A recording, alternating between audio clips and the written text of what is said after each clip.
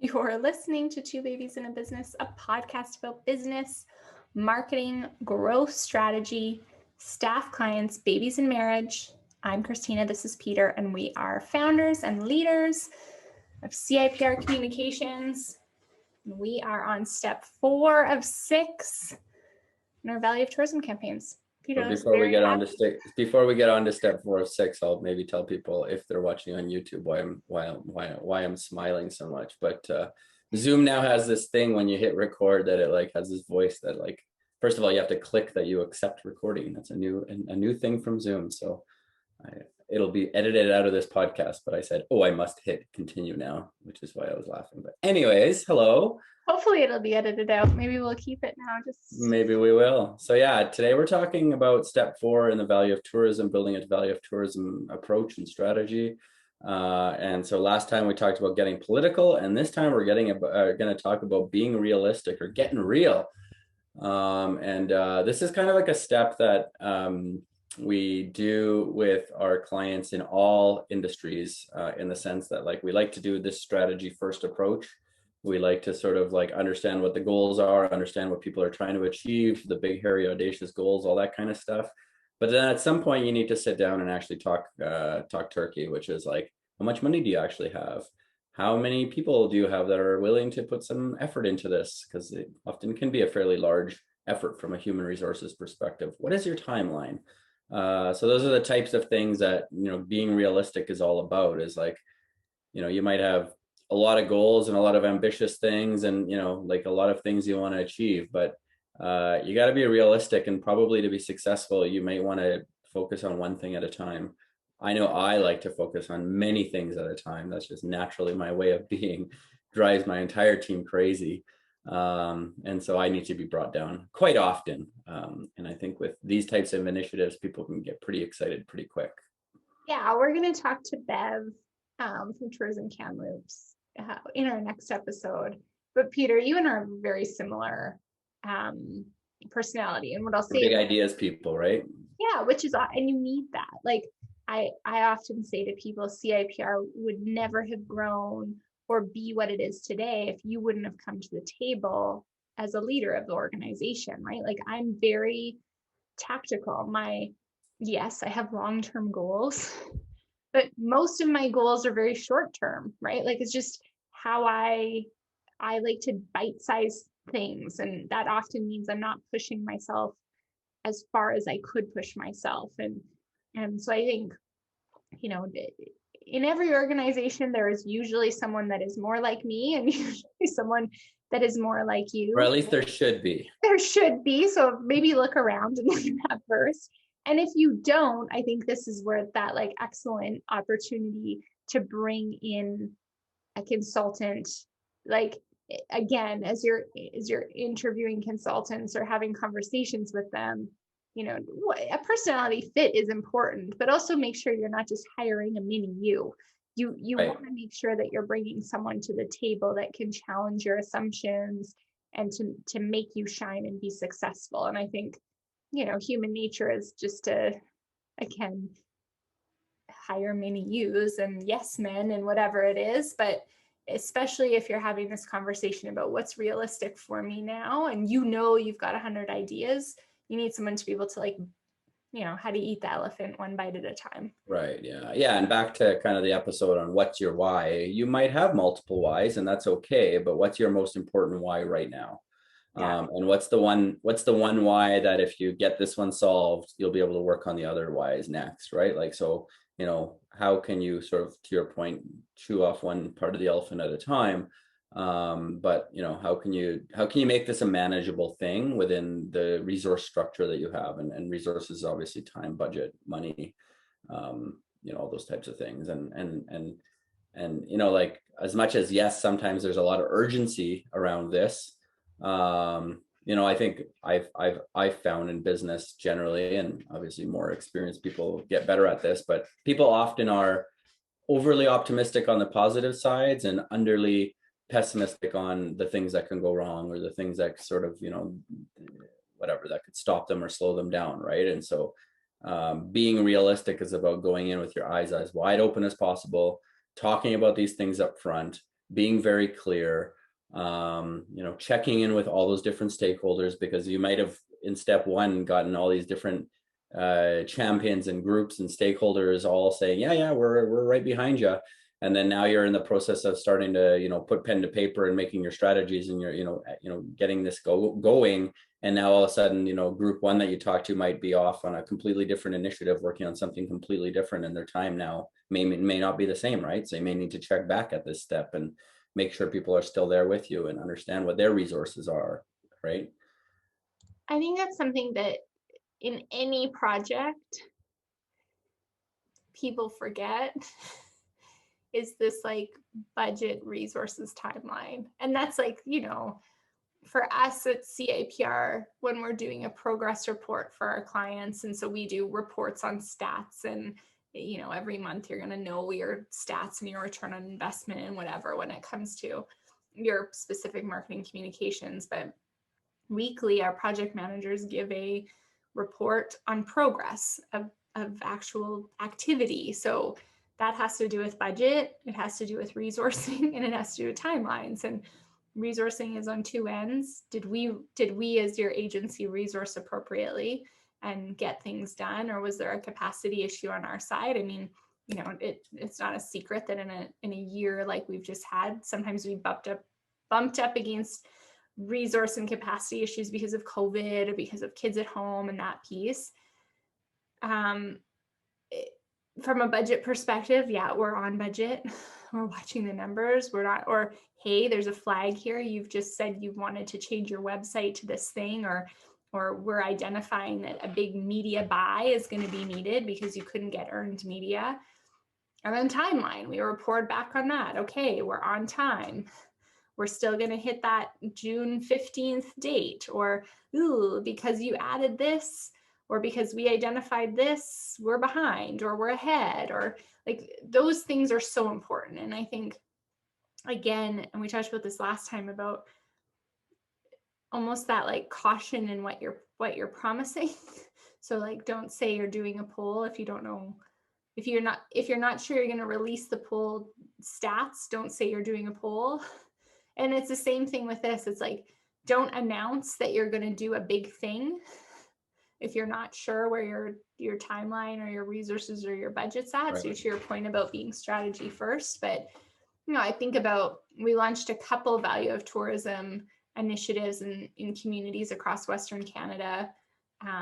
Actually today, it's May 23rd when we're recording this. So happy Tourism Week. It's Tourism Week has officially kicked off in Canada. And so this became a very important timeline for some of our clients, because they wanted to do something this week. So there'll be a few communities that are going to be, Brad's hustling on the media side of things. There's news releases going out in the next few days. And so like now we've prioritized at the top of that triangle was timeline. Right. And from a resourcing and a budget perspective, we had to do everything we could to be able to meet this timeline. Right. And maybe from your perspective, especially in some of these smaller communities, budget becomes the top of that triangle. And it's like, we cannot go over no matter what. Right. So you start to think about, all right, so from a resourcing perspective, you've got to take more on internally because you can't afford all of the tactics to be done by an agency or an outsider. Timeline matters a little bit less. You can go a little bit slower so that budget isn't eaten up as quick. So that's working with your agency to determine. There's always one of those three things that's going to be the most important for you, whether it's budget, resources, or timeline. And so it's understanding that and being realistic about it. Okay, resources are a real sticky point for us. So we know our timeline is probably going to be out a lot further than it could be. Yeah, very project management 101, right? One of those three things always has to give. You can't have all three moving at the same time, unless you have infinite resources, which nobody does, right? And the other thing I like to say, and this is very similar to marketing tactics and strategies and initiatives and and communications. And I like to always say, you gotta, crawl and walk before you can run, right? And being realistic is about like, where are you at? Are you in a place where running is even possible? Like we talked in the last episode about the municipal election coming up, like, getting involved in a municipal election campaign and getting your message in front of, those types of audiences and becoming part of the conversation. That's to me, that's running. Like, to me, you're an organization that's got their ducks in a row, that's got resources, that's, done some stuff, has an idea where they're at, and they're ready to run. And if you're not ready, then don't do it. If you're at a crawl stage, like, crawl first, right? Yeah. And yes, we'd all like to get lots done, and we all, have great ideas, but reality is reality, and making mistakes is more costly than being cautious and crawling first before you're walking and running. One thing I've really been trying to hammer home on the value of tourism side with clients and with DMOs that I just talk to and keep in touch with is, this is an annual campaign.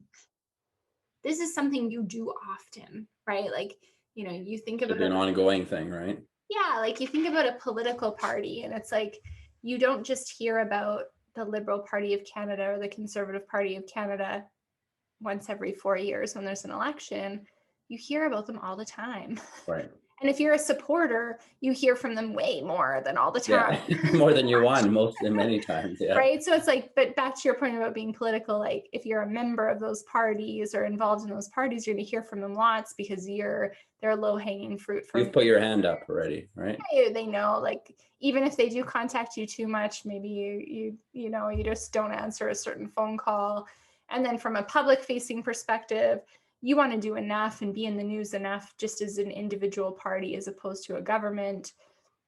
And it's the same thing with value of tourism. It's not something, at least I believe, and I feel like you could challenge this for me, but as we do it more and more as an organization, for me, it's just not something you can do once. Yeah.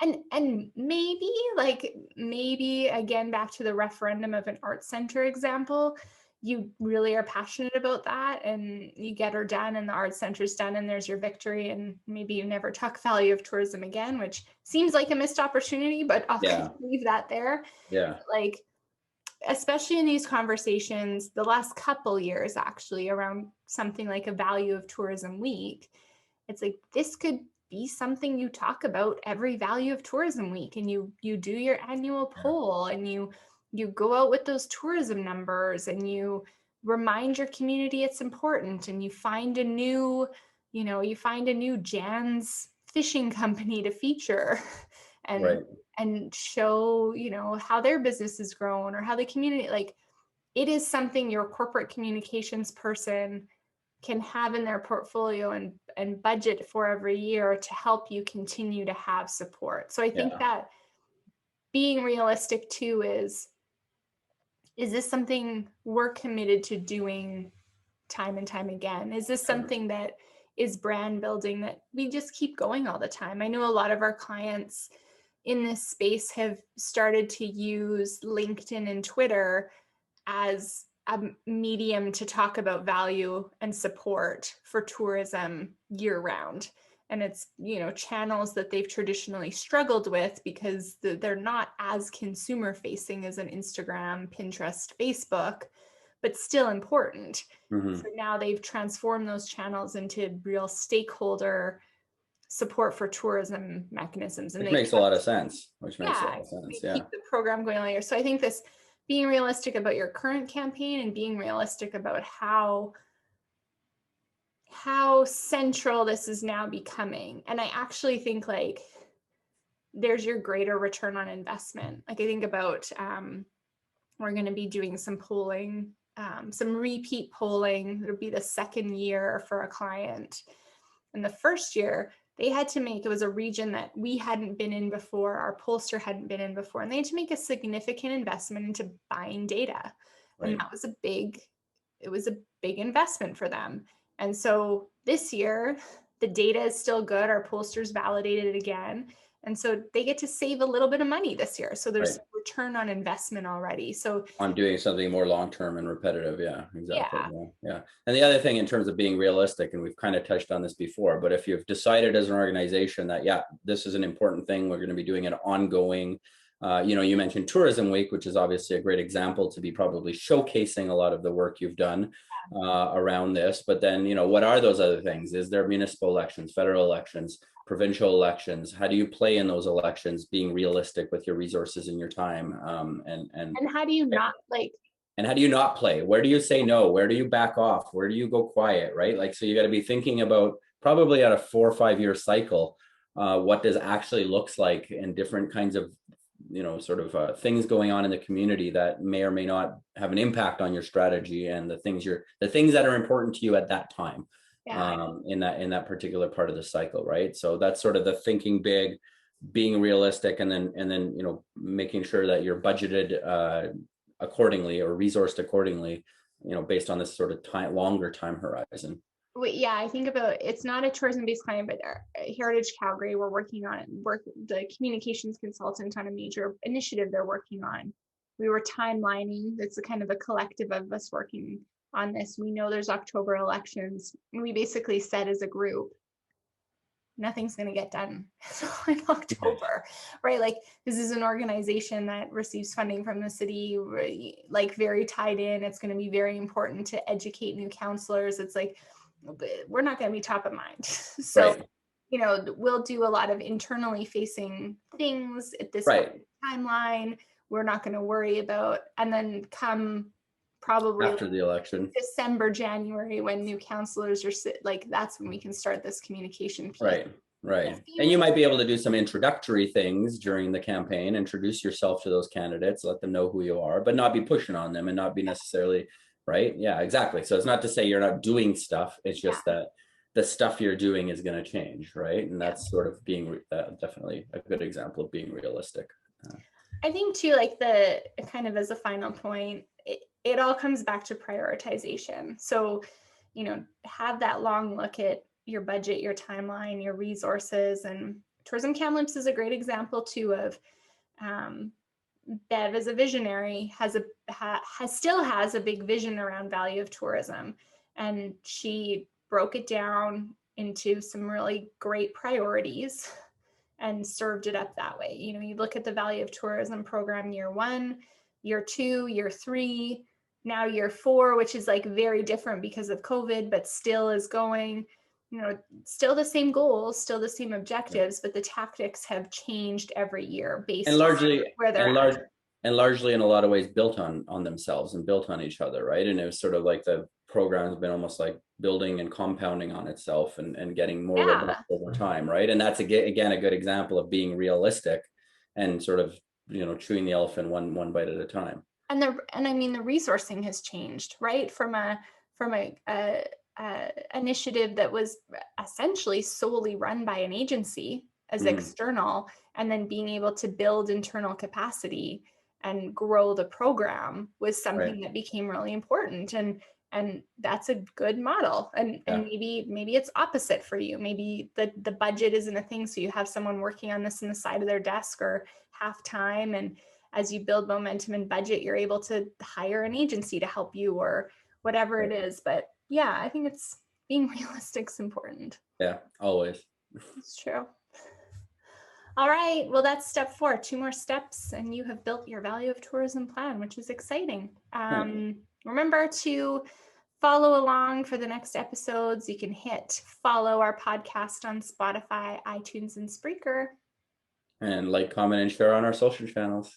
See ya. CIPR comms.